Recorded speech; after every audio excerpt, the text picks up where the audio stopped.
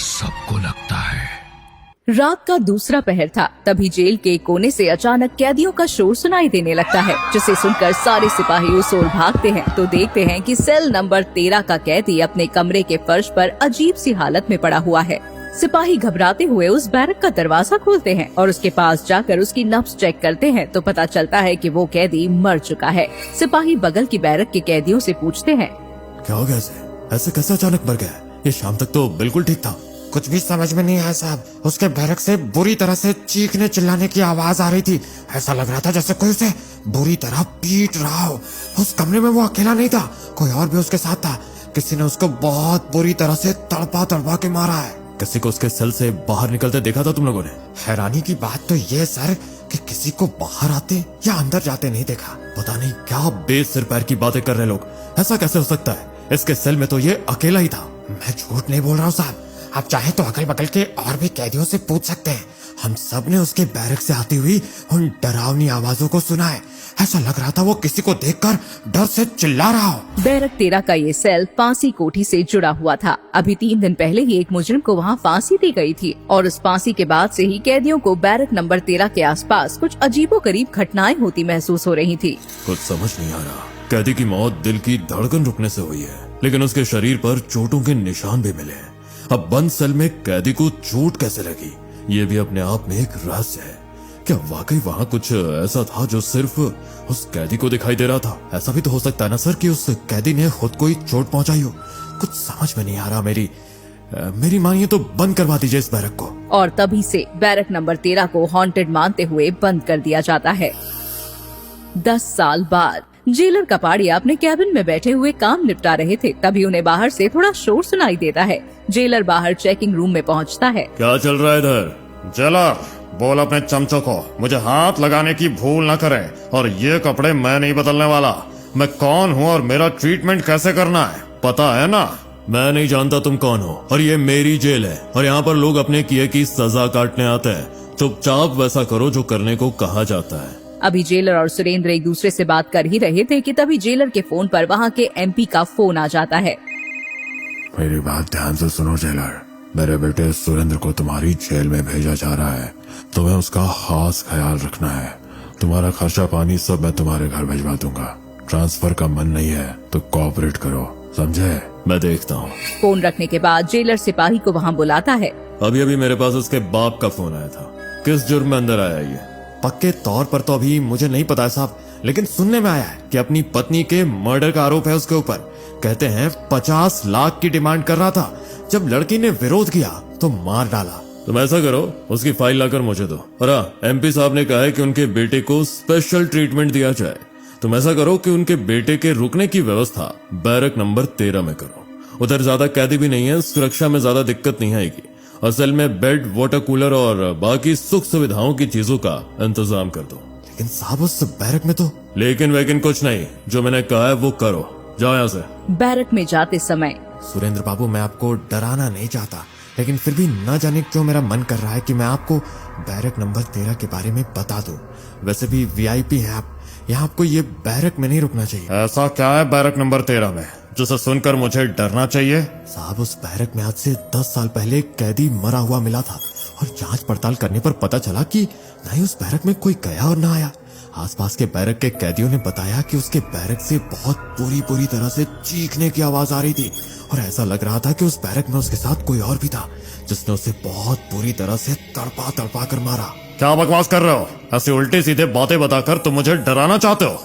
तुम तो मुझे बस ये बताओ कि तुमने उस बैरक में मेरी बताई हुई सारी सुख सुविधाओं का इंतजाम कर दिया है या नहीं? इंतजाम तो मैंने कर दिया साहब, लेकिन कुछ नहीं। मुझे मेरे बैरक में ले चलो, मुझे नींद आ रही है। पहले ही बहुत थकान हो गई है मुझे। एमपी के बेटे ने सिपाही की बात पर ज्यादा गौर नहीं किया था। कुछ देर बाद सिपाही चाय लेकर सुरेंद्र के सेल में पहुंचता है। ये लीजिए सर चाय। आपको चाय, खाना, नाश्ता सब यहीं मिल जाएगा। आपको लाइन लगने की जरूरत नहीं है। जैसे जैसे दिन बीत रहे थे, सुरेंद्र की तबीयत थोड़ी सी खराब रहने लगी थी। वो चेहरे से बहुत घबराया और परेशान सा दिखाई देता था। एक दिन रात के समय सुरेंद्र को ऐसा लगता है जैसे उसके कमरे की दीवारों पर कोई अपने नाखून घिस रहा है। सुरेंद्र की आंख खुल जाती है। वो घबराकर चारों ओर देखता है, लेकिन उसे कोई भी दिखाई नहीं देता। लगता है मुझे कोई वहम हो रहा है। यहाँ तो कोई भी नहीं है। किसी तरह ये रात बीत जाती है। अगली रात को सुरेंद्र गहरी नींद में सोया हुआ था। अचानक उसे उसके चेहरे पर किसी की सांसों की गर्माहट महसूस होती है। ऐसा लग रहा था जैसे कोई बिल्कुल उसके चेहरे के पास गर्म सांस छोड़ रहा है। सुरेंद्र घबरा कर आंखें खोल देता है तो देखता है कि एक काला साया उसके चेहरे से थोड़ी ही ऊंचाई पर हवा में लटका हुआ है। सुरेंद्र चिल्लाने की कोशिश करता है लेकिन उसके मुंह से जरा सी भी आवाज नहीं निकल पाती। ले जाऊंगा मैं तुझको अपने साथ, पिछले को भी ले गया था, तुझे भी ले जाऊंगा। अगले दिन सुरेंद्र काफी बेचैनी महसूस कर रहा था। रह रहकर उसे कल रात को देखी हुई चीजें याद आ रही थी। सेल में सिपाही के द्वारा दी गई चाय और दोपहर का खाना भी जस का तस पड़ा हुआ था। डिनर के समय सिपाही जबरदस्ती उसे खाना खाने के लिए कहता है। खाना खाकर सुरेंद्र अपने बिस्तर पर लेट गया था। कुछ देर तक करवट बदलने के बाद उसे गहरी नींद आ गई थी। घड़ी की सुइयां रात के 3 बजा रही थी। अचानक सुरेंद्र को ऐसा लगता है कि बिस्तर पर उसके साथ कोई और भी है। सुरेंद्र डरते हुए तुरंत बिस्तर से उठ खड़ा हो जाता है और घबराते हुए चारों तरफ देखता है तो उसे दिखाई देता है कि एक साया उसके कमरे की दीवारों पर घूम रहा है और अपनी लाल आंखों से लगातार उसे ही घूर रहा है। डर के मारे सुरेंद्र की सिट्टी पिट्टी गुम हो जाती है और वो शोर मचाने की कोशिश करता है लेकिन पिछली बार की तरह उसके गले से आवाज नहीं निकल पाती। सुरेंद्र जाकर जेल की सलाखों को जोर जोर से धकेलने की कोशिश करने लगता है। तभी उसे किसी की हंसने की डरावनी आवाज सुनाई देती है। चाहे जितनी भी कोशिश कर लो, तुम यहाँ से बाहर नहीं जा सकते। जो तुमने किया है उसके लिए तुम्हें मिलेगा सिर्फ मृत्यु दंड। नहीं, ये सच नहीं हो सकता। तुम सचमुच नहीं हो। ये सब मेरे दिमाग का वहम है। भूत प्रेत जैसा कुछ नहीं होता। ये सब मेरा दिमाग खेल रहा है मेरे साथ। सुरेंद्र की बात सुनकर वो साया एक बार फिर से जोर जोर से हंसने लगता है। अचानक से सुरेंद्र जाकर जेल की दीवार से टकरा जाता है। कौन है? ऐसा लग रहा है किसी ने मुझे इस दीवार की तरफ धकेला है। सुरेंद्र खुद को संभालने की कोशिश करता है। तभी उसका सर लोहे की सलाखों से जा टकराता है और उसके माथे से खून निकलने लगता है। कौन है? कौन है? कौन है? मेरे पीछे क्यों पड़े हो? मुझे छोड़ दो। मृत्यु दंड, तुम्हारे किए की सजा मिलकर रहेगी। आज की रात तेरा फैसला मैं करूंगा। धीरे धीरे वो साया सुरेंद्र के नजदीक आ रहा था और सुरेंद्र पागलों की तरह चिल्ला रहा था। पीछे हटो, मैं कहता हूँ दूर रहो मुझसे। पीछे हटो। तुम्हें पता नहीं है मैं कौन हूँ। मेरा बाप एमपी है, मैं कुछ भी कर सकता हूँ। तुम कौन होते हो मुझे सजा देने वाले? मैं कहता हूँ दूर हटो मुझसे। सुरेंद्र जोर जोर से चिल्ला रहा था और उधर पड़ोस के बैरक में कैदी नंबर 217 अपने साथी को नींद से उठाता है। अरे उठ, देख लग रहा है इतिहास अपने आप को दोहरा रहा है। इसका भी पत्ता कटेगा आज रात को। याद है ना 10 साल पहले क्या हुआ था? जैसा कैदी नंबर 217 ने कहा था ठीक वैसा ही हुआ। अगली सुबह सुरेंद्र की लाश बरामद होती है। सुरेंद्र की मौत के बाद पूरे जेल में अफरा तफरी का माहौल बन गया था। जेलर कपाड़िया ने सारे सीसीटीवी कैमरे चेक कर लिए थे लेकिन किसी भी कमरे में सेल के अंदर कोई आता जाता नजर नहीं आ रहा था। ना चाहते हुए भी अब सभी को यकीन करना पड़ रहा था कि ये सब जरूर हॉन्टेड बैरक की वजह से ही हुआ है। पोस्टमार्टम में मौत की वजह हार्ट अटैक दिखाई दे रही थी। कुछ दिनों की तफ्तीश के बाद मामला शांत पड़ने लगा। 1 सप्ताह के बाद सिपाही मनोज जेलर कपाड़िया के पास आता है। सर, हम दोनों ने अपना काम इतनी सफाई से किया कि किसी को जरा सा भी शक नहीं हुआ। किसी तरह के अपराध बोध में मत पड़िएगा। मैंने फोन पर उसे अपने बाप से बात करते हुए सुना था। उसने ही अपनी पत्नी को मारा था और उसे इस बात का पूरा घमंड और विश्वास था कि वो यहाँ से छूट जाएगा, क्योंकि दोनों बाप बेटों ने मिलकर सारे सबूत मिटा दिए थे। लेकिन आपने उसे उसकी सही जगह पर पहुंचा ही दिया सर। जैसा आपने कहा था मैंने बिल्कुल वैसा ही किया। आपके कहने पर मैंने ही जानबूझकर उसे इस बैरक में होने वाली भूतिया घटनाओं के बारे में बताया।